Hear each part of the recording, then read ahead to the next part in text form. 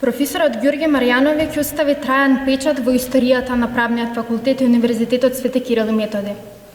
Остана еден од ретките професори кои ги паметат и споменуваат не само студентите, што непосредно имале прилика да го слушаат и да дебатираат со него, туку и пошироко. Неговата посебност и стил на комуникација со студентите и академската јавност се уште се инспирација за многумина. Тој е професор кој во сеќавањата на илјадници студенти, што ги образовал и кој ќе остане запаметен по анекдотите и загадките за студентите, со кои низ оригинален стил ја предаваше правната материја во преполните амфитеатри.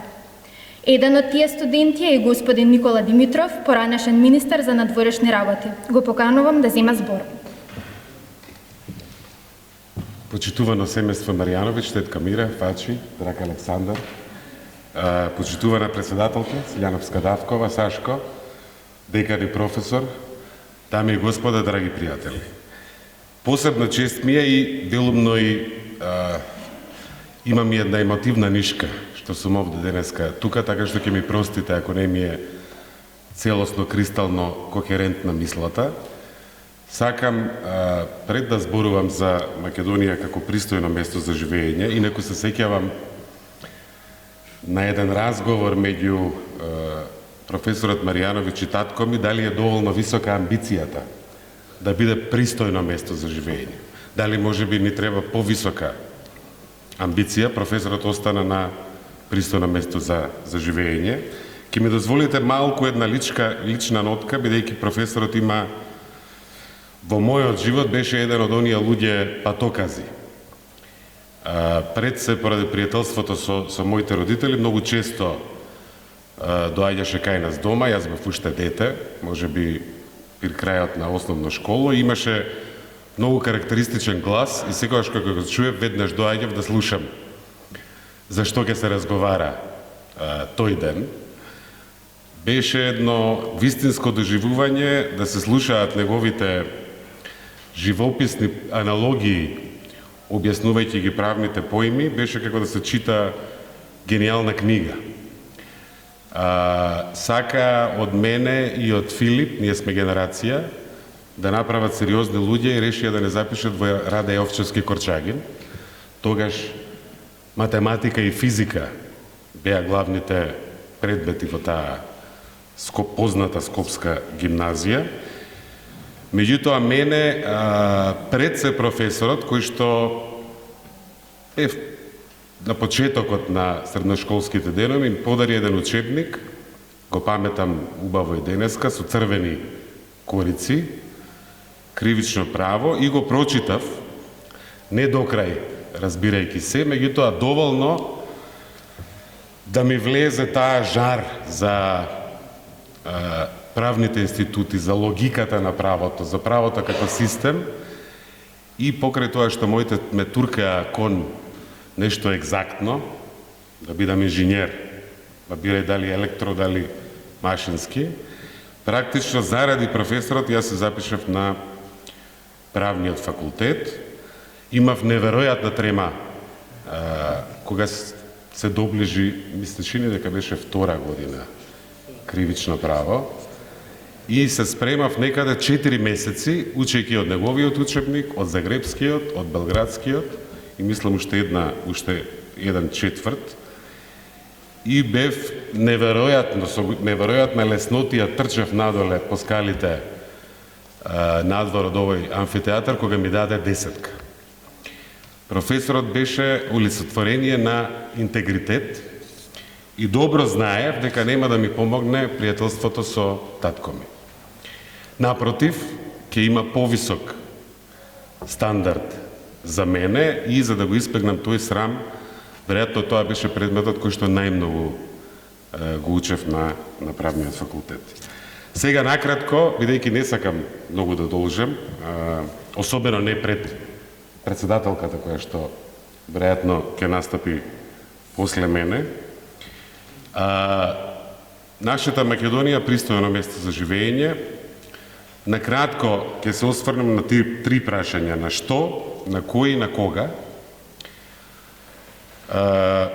Мислам дека нашиот огромен проблем кој што влијае и во квалитетот на здравствените услуги, и во нивото на образование што учениците, средношколците и студентите го добиваат во нашите образовни институции, и на правдата или неправдата што се сервира во судовите, и на тоа какви услуги добиваат граѓаните кога одат во јавниот сектор, во администрацијата, министерствата, подрачните единици и така натаму, е тоа што кај нас нема јасна линија каде завршува државата, а каде почнува партијата.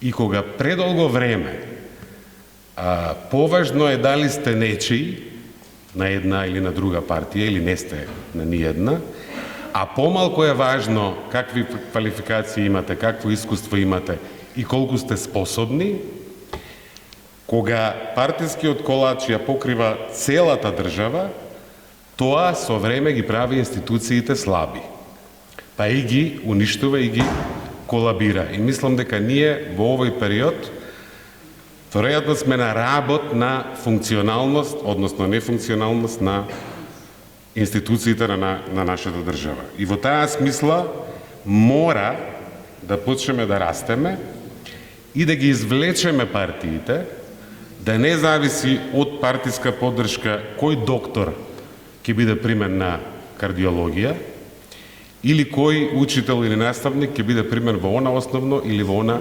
средно училиште. Бидејќи ако некаде имаме заеднички, очигледно заеднички интерес, тоа е да имаме добро образование за нашите деца, за нашата иднина и да добиеме услуги што ќе не направат здрави, а не да не доразболат, како што почне да ни се случува, посебно во некои градови низ нашата Македонија. Кој ова може да го направи? Како да тргнеме во вистинскиот правец?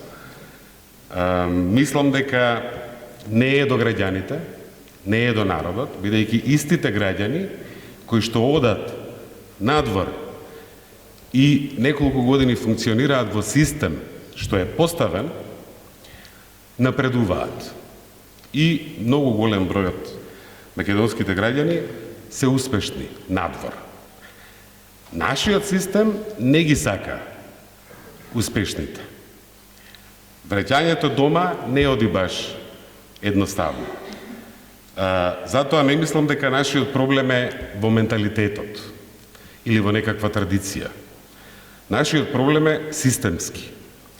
И тој системски проблем нема да се реши само од себе, може да помогне европскиот процес како најдобра можна реформска алатка што постои, меѓутоа и тој сам по себе нема да донесе резултати ако нема домашна сила што ќе турка напред.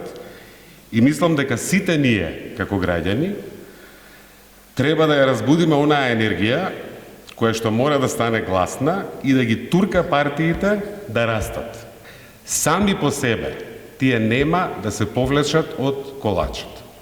Ќе продолжат да вработуваат доктори по партиски клуч, учители по партиски клуч, ќе се борат да имаат влијание врз судови, врз судии, врз јавни обвинители. Зошто комуналното предпријатие на градот Скопје да зависи од тоа кој ќе победи на локалните избори? Никогаш тоа нема да се случи во една од земјите каде што живее, посебно во градот Хак, например. Зошто имаме толку многу управни одбори и толку многу надзорни одбори? Зошто да не може успешен менаџер на јавна компанија да го оставиме да си ја врши работата без разлика што се променила власта?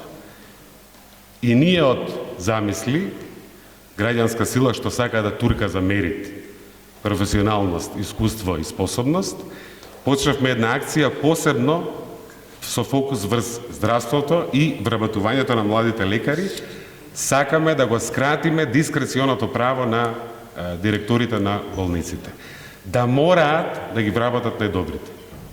Кај нас има конкурс, се прави ранг листа, меѓутоа првите млади лекари на ранг листата најчесто не добиваат работа. И третото прашање, кога? Годинава правиме 33 години од независноста, и ако искрено се погледнеме во огледало, тогаш кога ние бевме деца и млади и студенти, имавме попристојно здравство, имавме попристојно образование, имаше повеќе ред и имаше и поголема еднаквост, ако зборуваме за социјална еднаквост. После 33 години генерациите од кои што јас лично сум дел, мислам дека нема да направиме добра работа ако не оставиме барем исто ниво на генерацијата што доаѓа. Во таа смисла мислам дека дури нема ни стагнација. Во многу области работите не се тркалаат наназад. Мислам дека имаме можеби една деценија и нашата држава и воопшто целиот регион да го свртиме трендот кон нагоре и кон подобро. И немаме луксус повторно да одиме во стариот лош круг и да ги правиме постојано старите исти грешки. Мора да има закон еднаков за сите, мора да има одговорност од највисокиот до тој што никого не познава и не може никому да заврди телефон, мора да има правда и одговорност. Едно по едно, ако малку граѓанството осети едно трезнење и придвижување во овој правец, мислам дека ќе се врати и енергијата и надежта. Меѓутоа, само по себе ова нема да се случи. Несмислив заклучок. Ќе завршам вака, дека ми е голема чест што сум тука. Тетка Мира, многу ми е мило и вас што ве гледам.